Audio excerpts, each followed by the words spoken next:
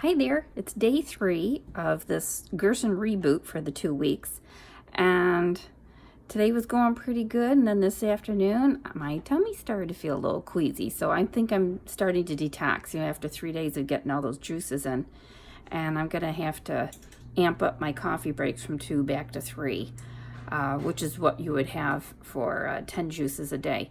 So I'm gonna hold off on having juices for the next couple hours, let my tummy settle down in hopes that I don't end up into a major detox. Those aren't any fun. But I do want to continue detoxing. It's not a healing reaction, and that's the difference. So detoxing is okay.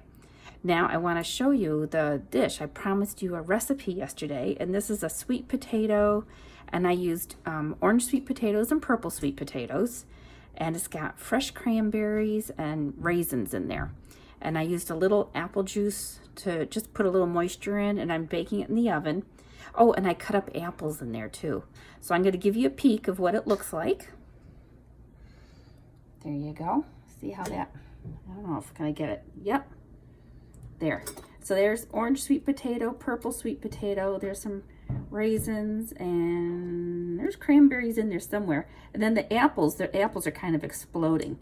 So because they're getting so soft, it takes longer for the sweet potatoes to cook, but they're getting tender. They're getting close. So I think probably another 20 minutes and they'll be done. And then I'll just keep the lid on to keep them warm. And because of the cranberries, you can put in a little honey to help balance that tartness, or you could put a little maple syrup in. Okay, and that's it. There's no quantities here. You're just doing what looks good. I made enough for an army because I'm taking it to church for a Thanksgiving dinner. But as far as for yourself or for your family, 1 or 2 sweet potatoes would do it, and you don't have to mix colors. I just did because that's what I had on hand. And but a couple cranberries and a couple raisins, and cut up a little apple in there with it. And like I said, I just used a little apple juice for the moisture.